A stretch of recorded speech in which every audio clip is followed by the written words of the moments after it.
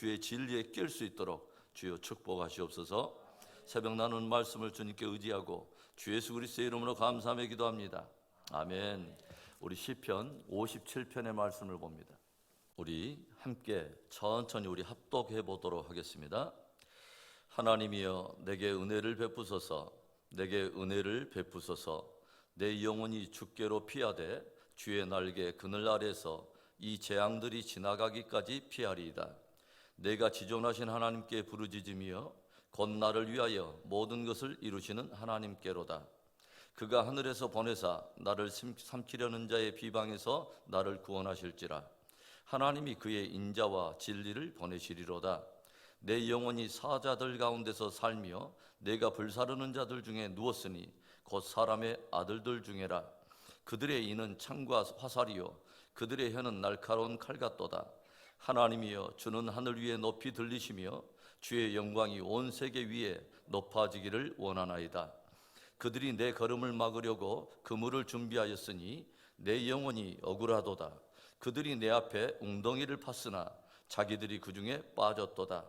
하나님이여 내 마음이 확정되었고 내 마음이 확정되었사오니 내가 노래하고 내가 찬송하리이다. 내 영광아 깰지어다. 비파야 수금아 깰지어다. 내가 새벽을 깨우리로다. 주여 내가 만민 중에서 주께 감사하며 문나라 중에서 주를 찬송하리이다. 무릇 주의 인자는 커서 하늘에 미치고 주의 진리는 궁창에 이르나이다. 하나님이여 주는 하늘 위에 높이 들리시며 주의 영광이 온 세계 위에 높아지기를 원하나이다. 오늘 우리가 본문 시편 57편의 부제를 조용히 살펴보면 이렇게 기록되어 있어요. 다윗의 믹담시, 인도자를 따라 알다스엣에 맞춘 노래, 다윗이 사울을 피하여 굴에 있던 때에 라고 기록되어 있습니다. 우리가 여기에서 주목해 볼 만한 단어 하나가 있다면 히브리어 알다스엣이라고 하는 단어입니다. 이 뜻이 무엇이냐면 너는 결코 멸망하지 않아 라는 뜻입니다. 너는 결코 멸망할 수 없어 라고 하는 뜻입니다. 다시 말하면 사울의 계속되는 추적으로 굴에 갇혀있던 다윗이 그 어둠 속에서 담대히 외치고 있는 고백인데 무엇을 선포하고 있냐면 너는 결코 멸망할 수 없어, 너는 결코 멸망하지 않아 라고 담대하게 선포하고 있는 것입니다. 오늘 시편 57편의 구절을 보면 1절부터 6절까지의 이 내용은 하나님께 탄원하는 내용을 다루고 있어요. 날카로운 칼과 창으로 계속 위협해 오는 대적으로부터 자신을 구원해 줄 것을 하나님 앞에 간절히 탄원하고 있는 것입니다.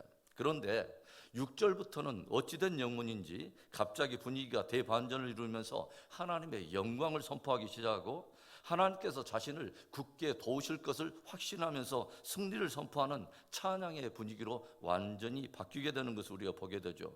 특별히 오늘 57편을 우리는 새벽의 노래라고 말할 수 있어요. 그 어두운 굴 속에서 다윗은 비파야 수금아 깰지어다 내가 새벽을 깨우리라 선포하고 있습니다. 그 캄캄한 굴 속에서 새벽에 다윗에게는 도대체 어떤 일이 있었기에 탄원이 변하여 승리를 선포하고 있는 것일까요? 다윗에게 있어서 새벽의 의미는 무엇입니까?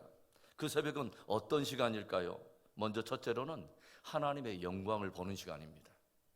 오늘 짧은 시편 가운데 두 절이 쌍둥이절처럼 토시 하나 틀리지 않고 기록되어 있는데 바로 5절과 11절의 말씀입니다. 어떤 말씀입니까?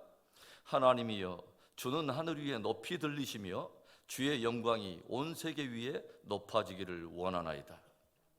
온통 캄캄한 굴 속에서 다윗이 새벽에 그 짙은 흑암을 뚫고서 담대하게 선포하고 있는 것은 바로 다름이 아닌 주의 영광이었습니다. 주는 하늘 위에 높이 들리시며 주의 영광은 온 세계 위에 높아지기를 원하나이다. 다윗은 그 새벽에 하나님의 영광을 주목하고 그 하나님의 영광을 묵상하며 그 하나님의 영광을 크게 선포하며 찬양하고 있어요. 성경이 증거하고 있는 아주 의미 있는 사건들은 새벽의 역사라고 말해도 과언이 아닐 정도로 대부분 새벽에 일어난 일들입니다. 앞에는 홍해바다요, 뒤에는 추적해 오는 바로의 군대들로 인해서 그 두려움에 휩싸인 그 어둠의 절망의 밤에 모세를 통해서 하나님께서는 놀라운 말씀 하나를 들려주시오. 너희는 오늘 가만히 있어서 여호와께서 너희를 위하여 행하시는 구원을 보라. 그리고 밤새 하나님께서는 동풍을 보내시더니 마침내 새벽녘에 완전히 홍해를 갈라버리심으로 바다 가운데 그 누구도 그 인생이 어떤 인생도 예측하지 못했던 바로 바다 가운데 내신 생명의 길을 통해서 이스라엘 백성들을 구원해 내셨다고 하는 것이죠. 홍해를 건넌 200만이 넘는 이스라엘 백성들이 광야에서 양식에 대해서 아무런 대책이 없이 위기에 처해 있을 때 하나님은 매일처럼 하늘을 여시더니 광야에 하나님 수준의 놀라운 식탁을 베푸시고 이슬과 함께 만나를 내려주심으로 그들에게 생명의 양식을 공급해 주시는 것을 우리가 보게 되죠. 새벽에 요단이 갈라지기 시작합니다. 새벽에 가나안의 첫 성인 여리고 역시 새벽에 무너져 버렸습니다. 다윗이 캄캄한 굴 속에서 승리의 탄성을 지르게 된 것은 새벽에 그가 하나님의 영광을 본 것입니다. 그 하나님의 영광을 주목하고 묵상하면서부터 지금까지 그를 짓누르고 있었던 영혼의 흑암이 거치고 두려움이 사라지고 그 하나님의 영광의 빛 속에서 그가 승리를 선포하게 된 것이죠. 여러분, 새벽이 어떤 시간입니까? 저와 여러분이 하나님의 임재 앞에 나아가 하나님의 영광을 주목하는 시간입니다. 하나님의 영광 안에 붙들려서 그분의 영광을 크게 보는 시간입니다. 바로 그 하나님의 영광이 우리의 승리이기 때문에 그렇습니다. 이 새벽에 그 축복된 은혜가 저와 여러분에게도 있기를 주의 이름으로 축원합니다. 다윗에게 있어서 새벽의 의미는 무엇입니까? 새벽은 어떤 시간입니까? 두 번째로는 나의 영광을 보는 시간입니다. 8절에 무엇을 고백합니까? 내 영광아 깰지어다, 비파야 수금아 깰지어다, 내가 새벽을 깨우리로다. 흑암 중에 탄원하던 다윗이 갑자기 승리를 확신하면서 무엇을 선포합니까? 내 영광아 깰지어다, 내 영광아 깰지어다. 어두운 굴을 묵상하고 또 짓누르는 그런 상황을 묵상하고 연약하고 초라하기 짝이 없는 나 자신을 묵상하다 보니까 좌절과 낙심과 두려움이 가득하더니 이제는 하나님의 영광을 묵상하기 시작하고 하나님의 영광을 바라보던 바로 그 다윗이 갑자기 자신의 영광을 선포하기 시작해요. 새벽은 어떤 시간이냐면 하나님께 나아가서 그분의 영광을 본 뿐만 아니라 그분의 영광 안에 붙들려 있는 나의 영광을 보는 것입니다. 나는 연약해요, 나는 초라해요, 나는 부족해요. 그러나 그분 안에 붙들려 있는 나는 영광스럽고 아름다운 것입니다. 그리스도 예수의 십자가를 통해서 본 나는 아름답고 의롭고 영광스러운 거예요. 하나님의 사랑을 받고 있는 나의 아름다움과 나를 어떻다고 정의하시고 그렇게 판단하시는 하나님의 시선으로 나를 바라보는 것입니다.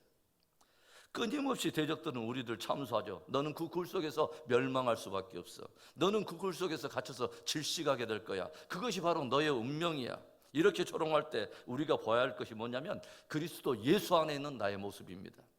예수 그리스도의 십자가를 통해서 회복된 내 영광을 보는 것입니다. 그리스도 안에서 결코 정죄함이 없다고 판단하시고 판결하신 삼위 하나님이 보장해 주시는 그 경고함 속에 있는 내 영광을 보는 것입니다. 그리고 우리도 선포하는 것이요, 알다스에 결코 멸망할 수 없어, 결코 멸망하지 않아 선포하는 것입니다. 다윗이 새벽에 보았던 것은 바로 하나님의 영광과 그 영광 안에 붙들려 있는 나의 영광이었어요. 하루를 출발하기 전에 우리들은 하나님의 영광과 더불어 그분 안에 있는 우리의 영광을 꼭 보아야 합니다. 그래야 승리할 수 있는 것입니다. 그 축복된 새벽이 되기를 축원합니다. 다윗에게 있어서 새벽의 의미가 무엇입니까? 새벽은 어떤 시간일까요? 마지막 세 번째로는 내 마음을 확정하는 시간입니다. 7절의 말씀, 하나님이여 내 마음이 확정되었고 내 마음이 확정되었사오니 내가 노래하고 내가 찬송하리로다. 새벽은 하나님의 영광을 보는 시간이요, 그분의 영광 안에 있는 내 영광을 보는 시간이며 내 마음을 마침내 확정하는 시간입니다. 그분의 말씀을 따라 내 생각을 조율하고 내 삶의 방향을 조율하는 시간이죠. 악기를 잘 연주하는 명연주자는 그냥 연주하는 법이 없습니다. 반드시 그 사람이 먼저 하는 일은 잘 악기가 연주되도록 선을 먼저 조율하는 거예요. 낯선 곳을 여행하는 사람이 지도도 없이 아무런 가이드도 없이 떠나는 것은 매우 위험한 것입니다. 아직은 살아보지 않는 길, 아직은 걸어보지 않는 오늘이라고 하는 낯선 길을 걸으면서 우리에게는 영적 내비게이션이 필요한 것입니다. 주의 말씀은 내 발의 등이요 내 길의 빛이니이다. 바로 하나님의 말씀을 붙드는 것입니다. 하나님께 간구하는 것입니다. 새벽은 하나님께 나아가 내 삶을 조율하고 하나님께 물으며 하나님께 들으며 내 하루에 살아갈 길을 주 안에서 확정하는 시간입니다.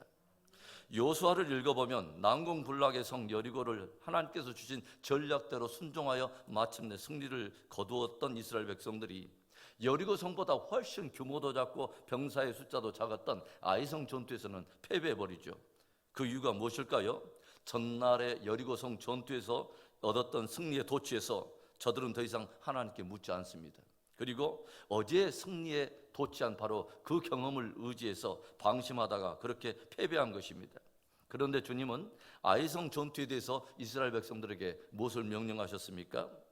여리고 성에서는 매일 침묵으로 돌도록 침묵 전략을 주셨지만 아이성 전투에서는 너희들은 병사들을 데리고 매복하라 라고 매복 전략을 주세요. 그리고 저들의 생각처럼 일부만 군사를 몰고 간 것이 아니라 전군을 동원하라 명령하세요. 하나님께로부터 오는 어제의 전략과 오늘의 전략이 다른 것입니다.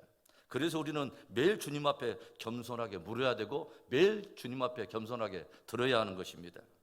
예수님께서도 새벽마다 한적한 곳을 찾아 하나님께 기도하며 하루를 맞으시던 선한 본을 우리 앞에 보여주시지 않습니까? 다윗이 어두운 굴 속에서 탄원이 변하여 승리를 선포한 것은 하나님의 영광을 보고 그리고 그분의 영광 안에 붙들려 있는 나의 영광을 본 다음에 그분의 뜻 안에서 내 마음을 확정했기 때문입니다. 그래서 성경 우리에게 무엇을 들려줍니까? 주께서 심지가 견고한 자를 평강에서 평강으로 인도하시리니 이는 저가 주를 의뢰함입니다. 새벽은 주의 뜻 안에 내 심지를 견고히 내리는 시간입니다. 사랑하는 성도 여러분, 이 새벽이 조용히 생각해 보면 얼마나 복되고 축복된 시간입니까? 새벽은 하나님의 임재 앞에 나아가 그분의 영광을 보는 시간이에요. 그리고 그분의 영광 안에 있는 내 영광을 보는 시간입니다. 그리고 그분의 뜻 안에서 나의 모든 영역을 조율하며 내 마음을 굳게 확정하는 시간입니다.